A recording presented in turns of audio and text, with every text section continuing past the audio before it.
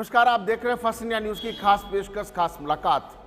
और खास मुलाकात में आज खास शख्सियत के रूप में, खास हस्ती के रूप में, खास जिम्मेदार के रूप में हमारे साथ हैं डॉक्टर एसएन मेडिकल कॉलेज के प्रिंसिपल डॉक्टर बीएस जोधा, जो कि इसी उम्मेद अस्पताल में लंबे समय तक अपनी सेवाएं देते रहे हैं और अब प्रिंसिपल का दायित्व निभा रहे हैं।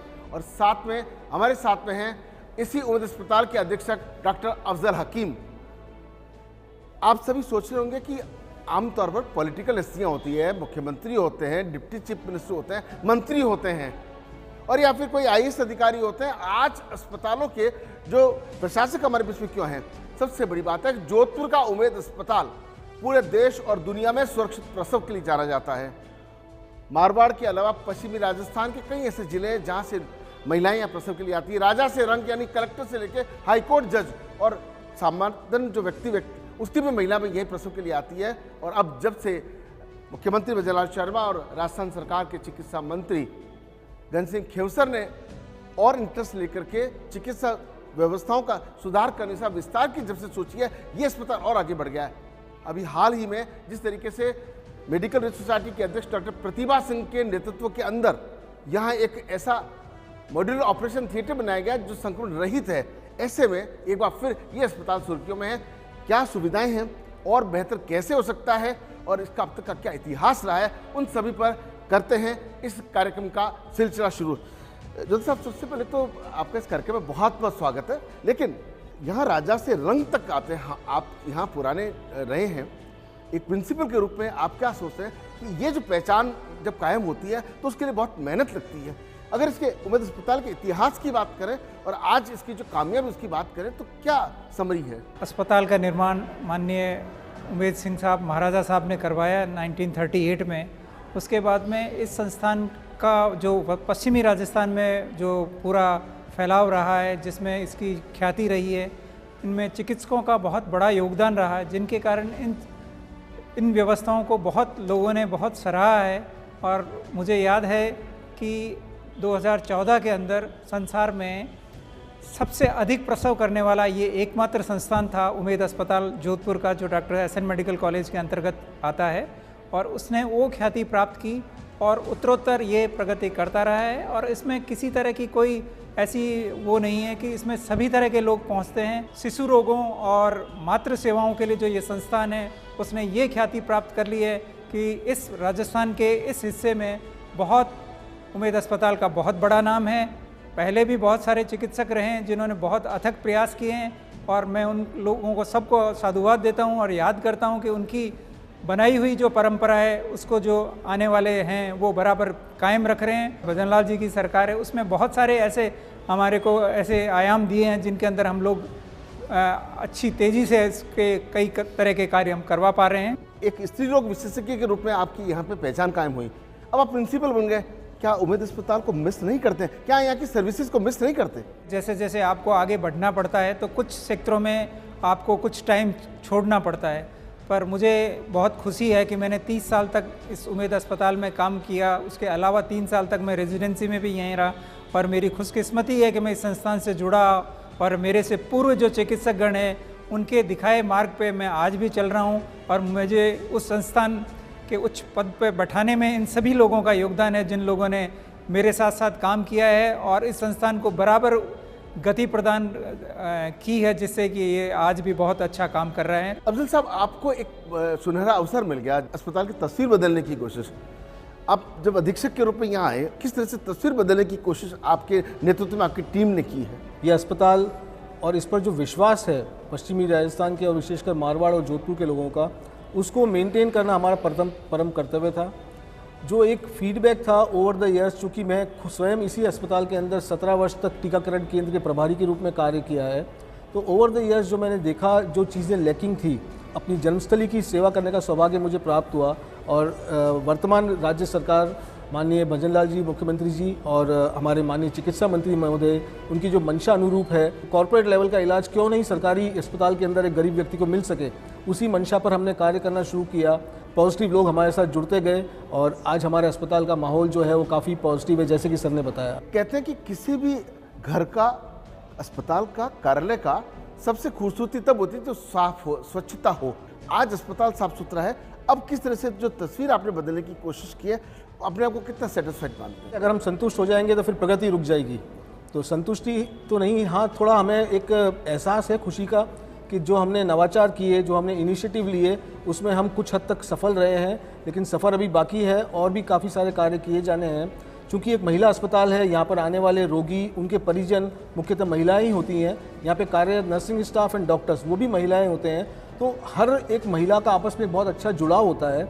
आज हम नर्सिंग स्टाफ को दायित्व देते हैं या डॉक्टर्स को दायित्व देते हैं कि कृपया आप सफाई की मॉनिटरिंग करें, देखरेख करें, तो वो लोग भी बहुत अच्छी तरह से उसकी मॉनिटरिंग करते हैं। उमेद अस्पताल पहला अस्पताल होगा जिन्होंने शौचालयों का क्लीनिंग पार्ट जो है वो सुलभ इंटरनेशनल को दिया, और वो बहुत ही अच्छे तरह से पिछले 1 वर्ष से यहाँ पे सफाई कार्य कर रहे हैं।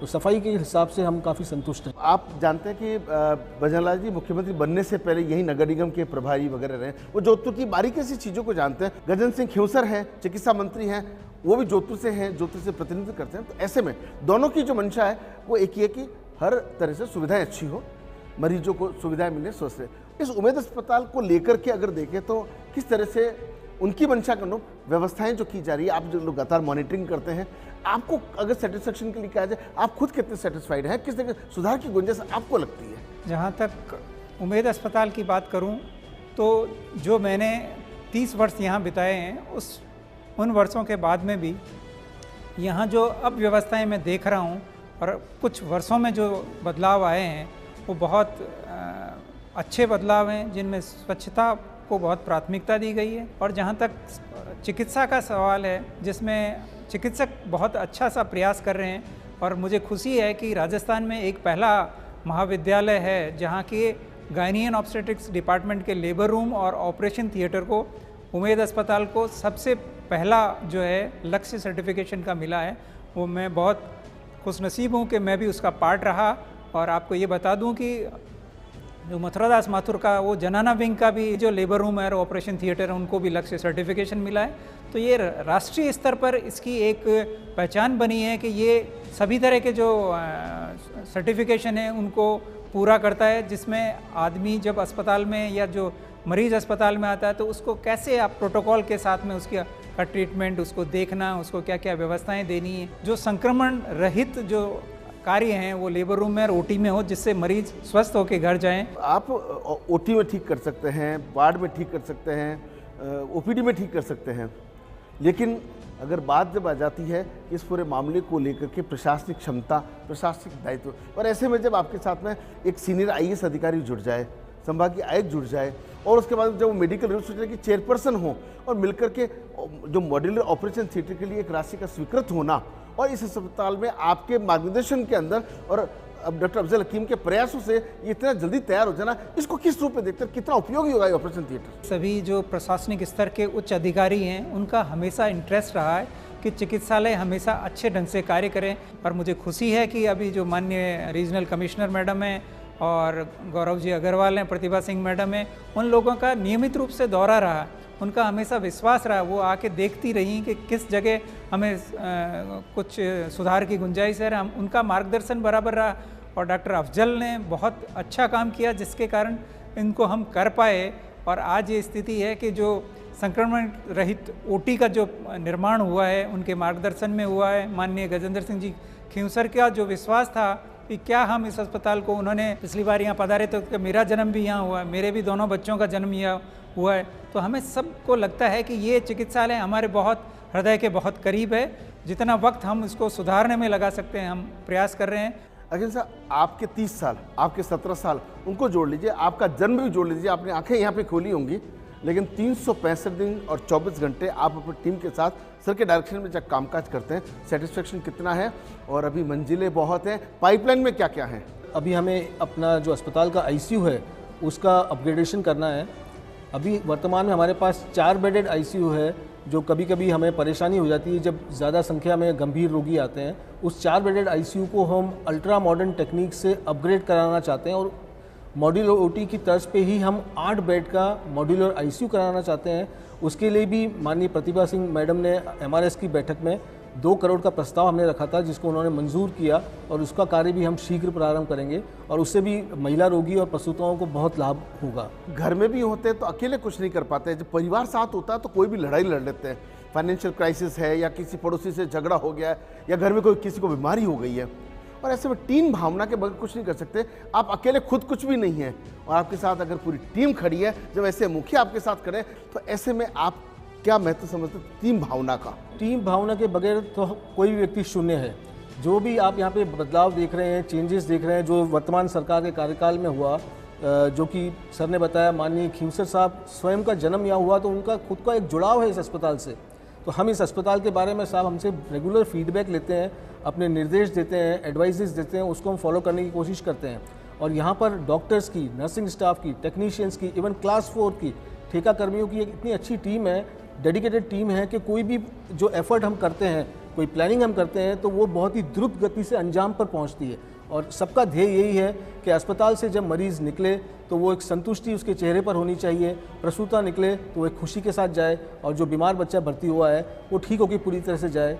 उनके चेहरे की मुस्कान और उनके संतुष्टि को देखकर हमें खुशी मिलती है। लेकिन जोधे साहब, एक आईजी होते हैं, वो अपने एसपी से चाहते हैं कि वो काम अच्छा करे, नहीं तो कई बार रिमार्क भी लग जाता है, अच्छा नंबर होता है, उसको इनाम भी मिलता है। आपका एक पुराना एक्सपीरियंस है और आपने यहाँ की कई वरिष्ठ डॉक्टर्स के साथ में कामकाज किया है, और अब जब बदले हुए परिवेश में नई सुविधाएं हैं, नई टेक्निक्स हैं, भामाशाह हैं, तो और अपग्रेडेशन की खूब सारी संभावनाएं रहती हैं।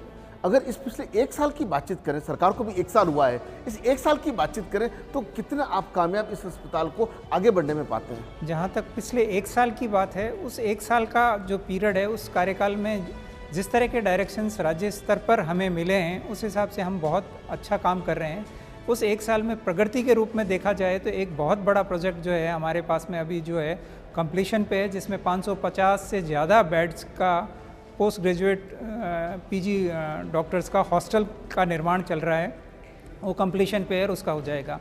उसके अलावा पोस्ट ग्रेजुएट इंस्टीट्यूट है मैटरनल एंड चाइल्ड नियोनेटोलॉजी का, वो भी करीब करीब कंप्लीशन पे है। तो ये 2 बहुत बड़े प्रोजेक्ट हैं, वो बड़ी द्रुत गति से, उनके ऊपर पूरी सरकार की पूरी नज़र है। बिल्डिंग बनकर तैयार है, उपकरण आने के लिए हैं, और जो हमारे को अगर फैकल्टी मिलती रही बराबर तो हम बहुत अच्छे से काम कर पाएंगे। और super speciality, specially fetal medicine है, गायनी ऑन्कोलॉजी हैं और क्रिटिकल केयर है, उनके अंदर हम बहुत अच्छा काम करने का हमारा प्रयास है। उसके अलावा भी हम जो है प्राइवेट सेक्टर में, जैसे आपके IVF सेंटर्स हैं, वो गवर्नमेंट में नहीं है, हमने प्रयास किया है, तो हमारे को IVF सेंटर का भी निर्माण का पैसा मिल चुका है, हमने निर्माण कर लिया, उपकरण मिल जाएंगे। हम देख रहे हैं कि ये मूर्त रूप लेने वाले हैं, इसी कुछ ही महीनों की बात है। हमारे को पूरा सहयोग माननीय प्रतिभा सिंह मैडम और गौरव जी अग्रवाल, उनसे बराबर मिलता रहा है और मार्गदर्शन भी मिला है। और उच्च अधिकारियों ने, माननीय अमरीश कुमार जी, पहले सुभरा सिंह जी, वो भी, उन्होंने भी आके इस अस्पताल का दौरा किया है और उस अस्पताल की प्रगति से भी वो बहुत खुश हुए हैं। लेकिन डॉक्टर साहब, ये थोड़ा समझ से बाहर है कि एम्स जोधपुर में है। आज एम्स तो हिंदुस्तान के टॉपेस्ट जो गवर्नमेंट का हॉस्पिटल है उसमें आता है, लेकिन अगर और बात करें, जोधपुर में आपका MD में जनाना विंग है, जो तो खूब प्राइवेट अस्पतालों की फहरिस्त लंबी सा रही है, लेकिन ये प्रसव के लिए यही अस्पताल क्यों चुना जाता है? इसके पीछे वो गणित समझ में नहीं आ रही। जैसे गंगा किनारे जितनी ऋषि मुनियों ने रहा, तो उसी तरह से चिकित्सकों की लंबी फहरिस्त रही है। पिछले 90 साल का जो कार्यकाल रहा है, उसमें जो रहा है, तो उनका जो योगदान रहा है और हमसे पिछले लोगों ने जो किया है, वो एक बहुत बड़ा पॉजिटिव वाइब्स देते हैं इस संस्थान के लिए। और मैं समझता हूँ सब उन्हीं लोगों की जो है पॉजिटिव वाइब्स हैं, जिसके कारण ये संस्थान आज तक इस पश्चिमी राजस्थान को वो सेवाएं बराबर प्रदान कर रहा है जो इतने सालों से दे रहा है। पूरे इंडिया भर से आजकल पोस्ट ग्रेजुएशन करने के लिए स्टूडेंट्स आते हैं, वो भी नाम से आते हैं कि हमें जोधपुर जाना है, डॉक्टर SN मेडिकल कॉलेज में जाना है, और मौका मिले तो हम उम्मीद अस्पताल में काम करें। ये जो भावना है इस अस्पताल की और डॉक्टर SN मेडिकल कॉलेज की है। कुछ तो ऐसा है कि यहाँ पर प्रसव सुरक्षित होते हैं, कुछ तो ऐसा है कि वर्ष 2014 में दुनिया में उम्मीद अस्पताल जाना जाता है, कुछ तो ऐसा है पॉजिटिविटी और वाइब्स, वो क्या हैं उसके बारे में बात करेंगे। इस अस्पताल को लेकर के मुख्यमंत्री ने विशेष दिए हैं, बात करेंगे। और बात करेंगे चिकित्सा मंत्री ने इस अस्पताल के दौरे करने में क्या आदेश दिए हैं। ब्रेक के बाद आपको दिखाएंगे इस अस्पताल की सच्चाई से जुड़ी कोई ऐसी तस्वीर जिसको सुनकर के आपको खुशी भी होगी और आश्चर्य भी। देखते रहिए फर्स्ट इंडिया न्यूज़। मिलते हैं एक छोटे से ब्रेक के बाद।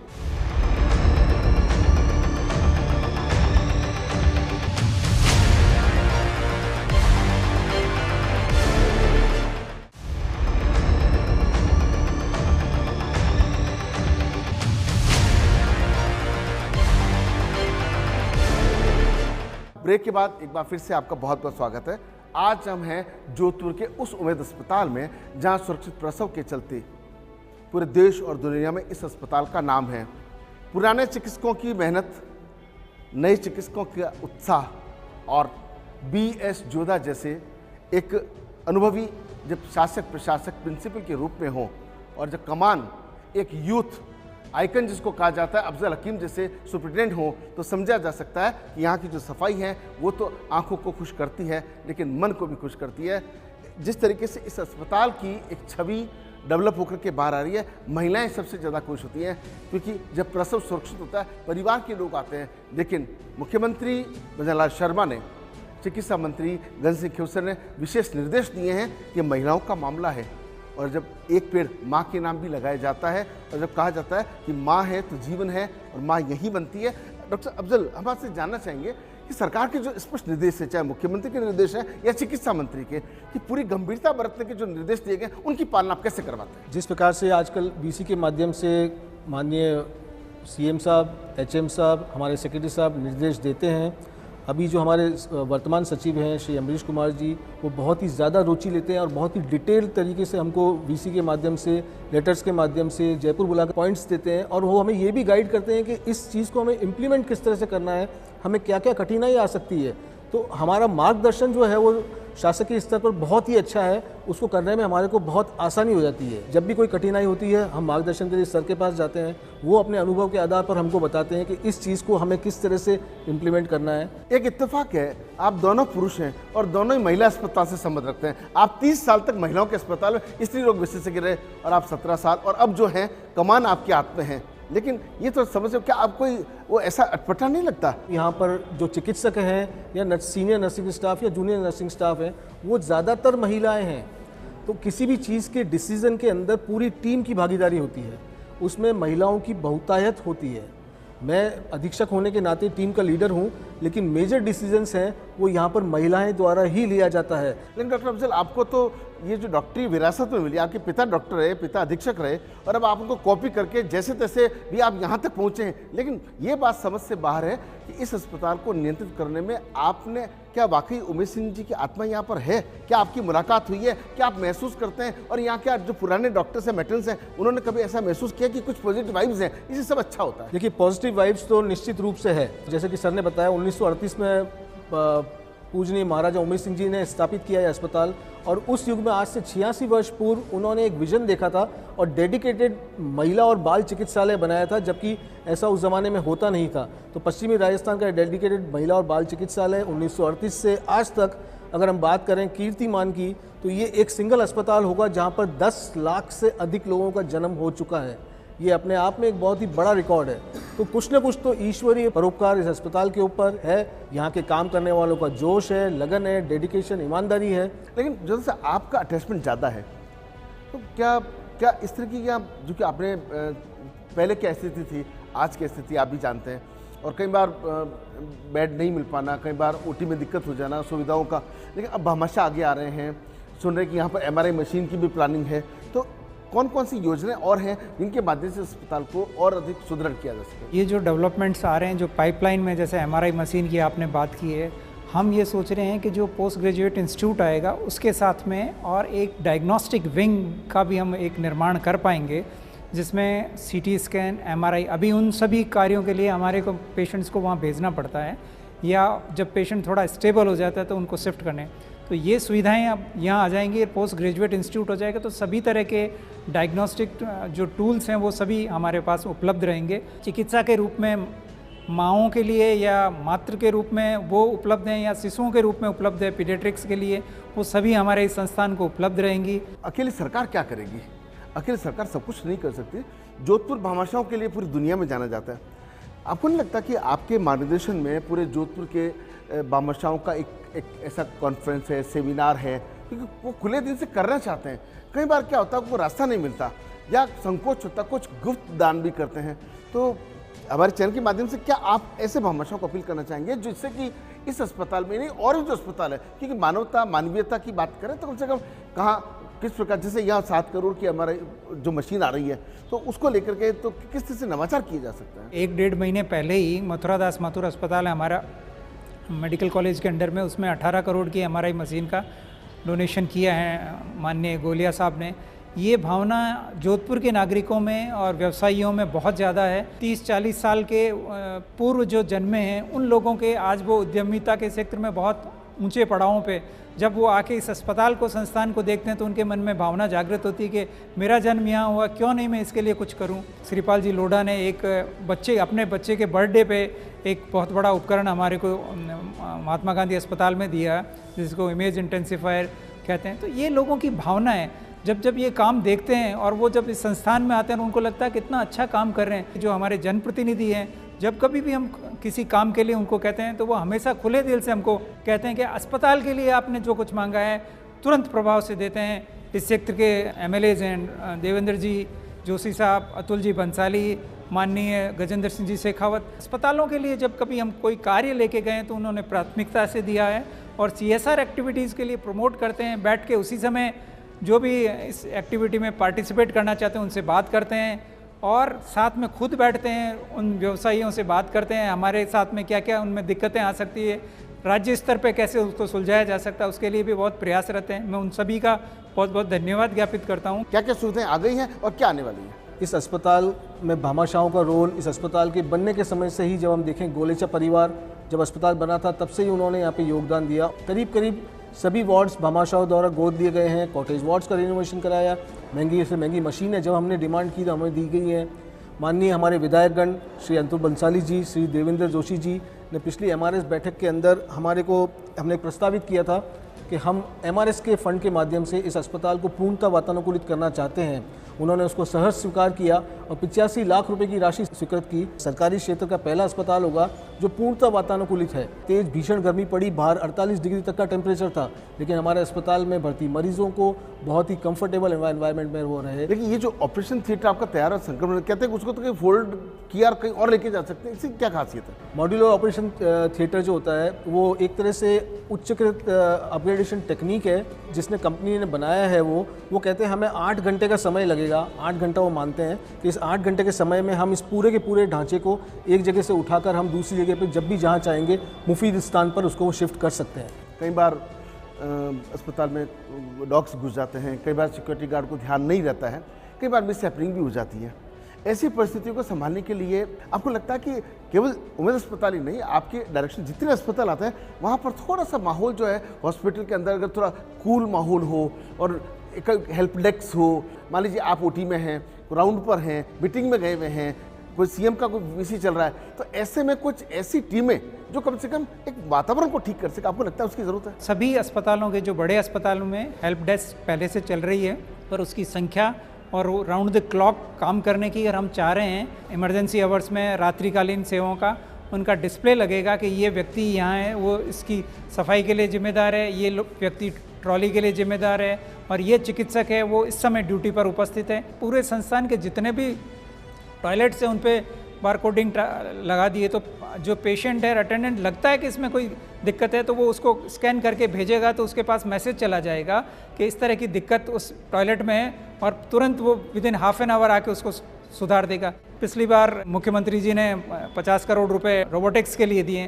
तो ये जो नवाचार हो रहे हैं, नई टेक्नोलॉजी आ रही, वो सभी हमारे को बहुत मदद करेगी और ऐसा विश्वास है कि जो हमारे प्रशासक हैं वो हमको बराबर मार्गदर्शन भी देते रहेंगे और नियमित रूप से बजट का आवंटन होता रहेगा, तो हमें कोई वो असुविधा नहीं होगी कि हम इस कार्य को मूर्त रूप दे सकेंगे और अच्छा काम कर सकेंगे। तो आपने देखा, जान है तो जहान है, और ऐसे में जब उमेद अस्पताल का आज पूरी दुनिया में नाम हो गया है सुरक्षित प्रसव के लिए और अब साफ सफाई के लिए, आगे भी अगर सुविधाओं का इस तरह विस्तार होगा लेकिन अनुशासन के साथ में, तो जो सपना मुख्यमंत्री और चिकित्सा मंत्री ने देखा है सबको स्वस्थ रखने का, वो भी पूरा हो पाएगा। लेकिन अकेले अस्पताल की और सरकार की जिम्मेदारी नहीं होती।